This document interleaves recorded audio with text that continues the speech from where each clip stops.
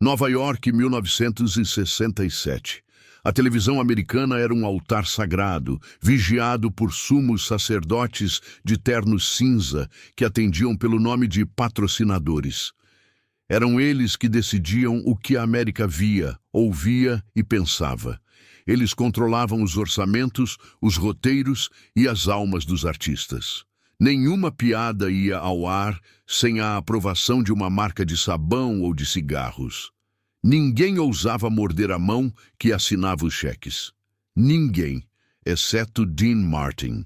O The Dean Martin Show era o programa número 1 do país, uma hora de caos improvisado que a NBC transmitia com as mãos trêmulas, rezando para que Dean não dissesse nada que ofendesse a moral e os bons costumes.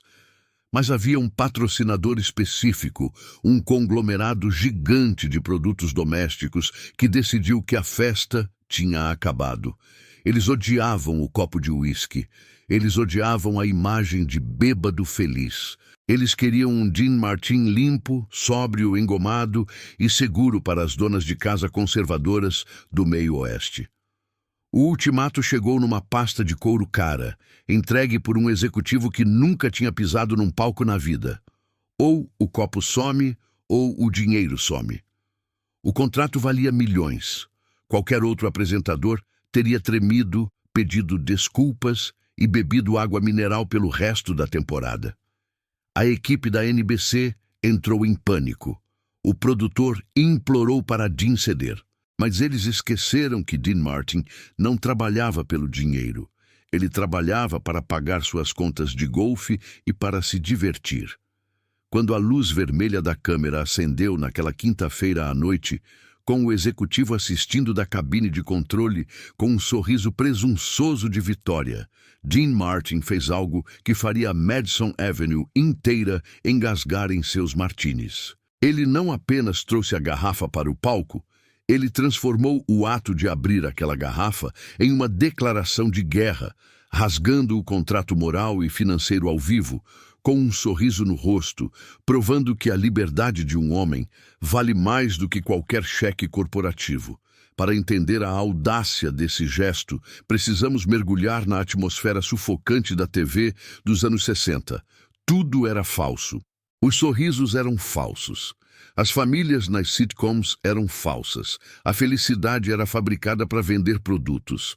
Dean Martin era a única falha na Matrix. Ele aparecia despenteado, errava as falas de propósito, abraçava os convidados com um calor genuíno e claro, segurava seu inseparável copo. Para o público, aquele copo era um convite. Venha relaxar comigo. Para os executivos da empresa patrocinadora, vamos chamá-la de Corporação Pureza para fins ilustrativos, aquele copo era um insulto. O novo vice-presidente de marketing da empresa, um homem chamado Sr. Sterling, tinha a missão pessoal de civilizar Dean Martin. Ele achava que o comportamento de Dean manchava a reputação imaculada de seus produtos de limpeza. A reunião fatídica aconteceu 3 dias antes da gravação. O Sr. Sterling foi ao escritório de Greg Garrison, o produtor de Dean. O ar estava pesado. Nós pagamos por este horário nobre, disse Sterling, ajustando suas abotoaduras de ouro. E não vamos associar nossa marca a um homem que parece que acabou de sair de uma sarjeta de Las Vegas. O copo tem que sair. As piadas sobre ressaca têm que sair. Queremos um Dean Martin que pareça um pai de família respeitável. Dean, que estava no canto da sala praticando tacadas de golfe num tapete verde, nem sequer olhou para cima. Dean, perguntou o produtor, suando frio. O que você acha? Dean deu uma tacada. A bola entrou no copo. Eu acho, disse Dean, que o Sr. Sterling precisa de um drink. Isso não é piada, Sr. Martin, disse o executivo, levantando a voz. O contrato tem uma cláusula de moralidade. Se você subir naquele palco com álcool na mão esta semana, nós cancelamos o patrocínio. São $5 milhões. A NBC não vai gostar de perder 5 milhões. Dean finalmente olhou para o homem. Ele não estava com raiva. Ele estava com aquele olhar de tédio divertido que ele reservava para pessoas que se achavam importantes demais. Pelly, disse Dean, você acha que eu preciso dos seus 5 milhões? Eu tenho mais dinheiro no bolso do meu outro terno do que você vai ganhar na vida inteira. Eu faço esse show porque é fácil. Se deixar de ser fácil, eu vou para casa. É um blefe, disse Sterling. Ninguém joga fora 5 milhões. Teste-me, disse Dean, e voltou a jogar golfe. A semana seguiu num clima de terror nos bastidores. A NBC pressionou Dean. Os advogados pressionaram Dean. Apenas por uma noite, Dino. Beba água. Não faça piadas. Agrade o homem. Dean não disse sim nem não. Ele apenas continuou ensaiando, o pouco que ele ensaiava, e assobiando. Chegou a noite da gravação. O estúdio estava lotado. Na cabine de controle, o Sr. Sterling estava sentado como um imperador romano, esperando para ver sua ordem ser cumprida. Ele tinha certeza de que tinha dobrado a fera. Afinal, todo mundo em Hollywood tem um preço, e ele achava que sabia o de Dean. O show começou. A banda tocou a introdução. As Gold Diggers, as dançarinas, entraram. E então Dean desceu pela rampa de bombeiro, como sempre fazia. Ele estava vestindo um smoking impecável. Ele parou no meio do palco. Ele não tinha nada nas mãos.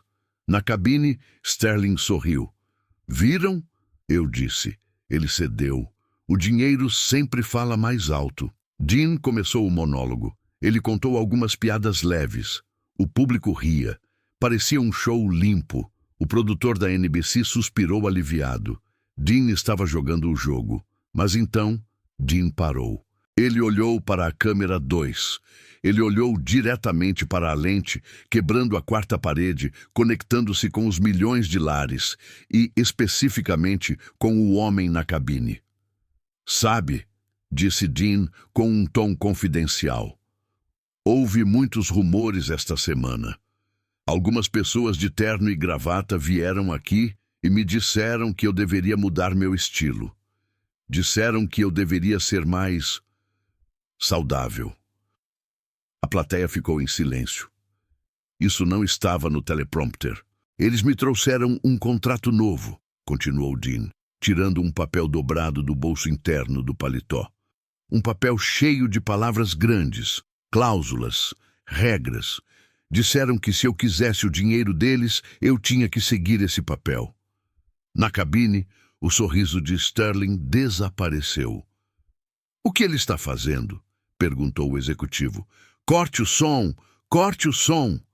Mas o diretor técnico, leal a Dean, não se mexeu. Estamos ao vivo para a fita, senhor. Não posso cortar.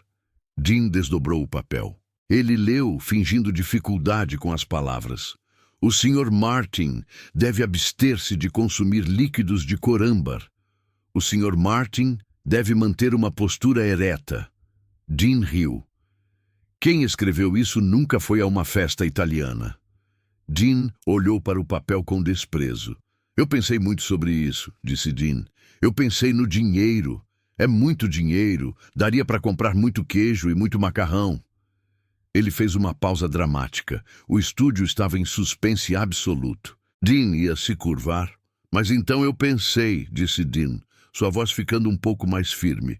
Eu não convidei vocês para a minha sala de estar toda semana para mentir para vocês. Vocês sabem quem eu sou. Eu sou o Dino. Eu gosto de fumar, eu gosto de beber e eu gosto de garotas bonitas. Se eu mudar isso, eu não sou o Dino. Eu sou apenas mais um cara de terno tentando vender sabão. Dean colocou a mão dentro do piano de cauda que estava ao lado dele.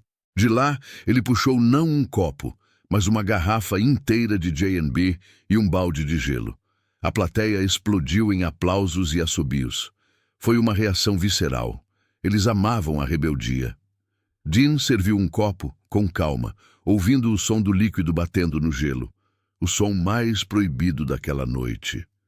Senhor patrocinador, disse Dean, levantando o copo para a câmera. Isso aqui é para você. A saúde é importante. mas a alegria é vital. E então, com a outra mão, ele pegou o contrato que o executivo tinha enviado. Ele não o amassou. Ele o rasgou lenta e deliberadamente, bem na frente do microfone, para que o som do papel rasgando fosse amplificado para toda a América. Rip! Rip! Ele jogou os pedaços de papel para o alto como se fosse confete numa festa de Ano Novo. Agora que tiramos a burocracia do caminho, disse Dean, tomando um gole longo e satisfatório de seu drink, que comece o show. A banda atacou com força total. Dean começou a cantar Ain't That a Kick in the Head. Ele estava solto, feliz, radiante. Na cabine de controle, o Sr. Sterling estava roxo. Ele gritava ameaças. Ele jurava que a empresa nunca mais gastaria um centavo na NBC.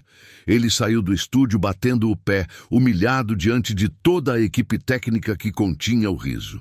O rescaldo desse evento foi o oposto do que a lógica corporativa preveria. A NBC se preparou para o desastre financeiro. Eles esperavam processos, eles esperavam o cancelamento. Mas na manhã seguinte, os números da audiência chegaram. O show tinha batido recordes históricos. Os telefones da emissora não paravam de tocar. Não eram reclamações. Eram telegramas de espectadores dizendo: "Obrigado, Dean, por ser real. Obrigado por não se vender." E o golpe final na arrogância do patrocinador. As vendas dos produtos da Corporação Pureza não caíram. Na verdade, subiram. O público estava tão engajado com o show que continuou assistindo, ignorando a briga de bastidores. Mas Dean não perdoou. Ele exigiu que a NBC trocasse o patrocinador principal na temporada seguinte. E havia uma fila de empresas querendo ocupar o lugar. Montadoras de carros, companhias aéreas, marcas de cerveja. Todos queriam estar associados ao homem que teve a coragem de dizer não a $5 milhões. O Sr. Sterling foi transferido para uma divisão obscura de sua empresa meses depois. Ele cometeu o erro capital de qualquer executivo. Achou que a marca era maior que o talento. Dean Martin, é claro, nunca tratou isso como uma cruzada moral. Ele não fez discursos sobre a liberdade de expressão em entrevistas. Quando perguntaram a ele por que ele rasgou o contrato, ele deu aquela resposta clássica, simples e desarmante. "O papel estava atrapalhando meu copo, Pelly. Eu precisava da mão livre." Na verdade, sabemos hoje que o copo de Dean no palco muitas vezes continha suco de maçã. Ele era um showman, não um alcoólatra descontrolado durante o trabalho. Mas isso torna o gesto ainda mais poderoso. Ele não estava lutando pelo direito de ficar bêbado. Ele estava lutando pelo direito de manter seu personagem, sua arte e sua persona intactos. Ele estava lutando contra a hipocrisia de um sistema que queria lucrar com ele enquanto tentava mudá-lo. Aquele momento na TV foi um divisor de águas. Ensinou a Hollywood que a autenticidade é a moeda mais valiosa do entretenimento. Você pode ter todo o dinheiro do mundo, todos os contratos blindados e todos os advogados de Nova York. Mas se você tentar colocar uma coleira em Dean Martin, você vai acabar segurando apenas a coleira, enquanto ele se afasta, livre, leve e solto, com um drink na mão e o aplauso de uma nação inteira soando em seus ouvidos. Foi a noite em que o King of Cool provou que não tinha preço. E para o patrocinador que tentou comprá-lo, restou apenas a ressaca moral de saber que ele tentou jogar pôquer com um homem que já tinha todas as cartas na manga e um copo de uísque na outra mão.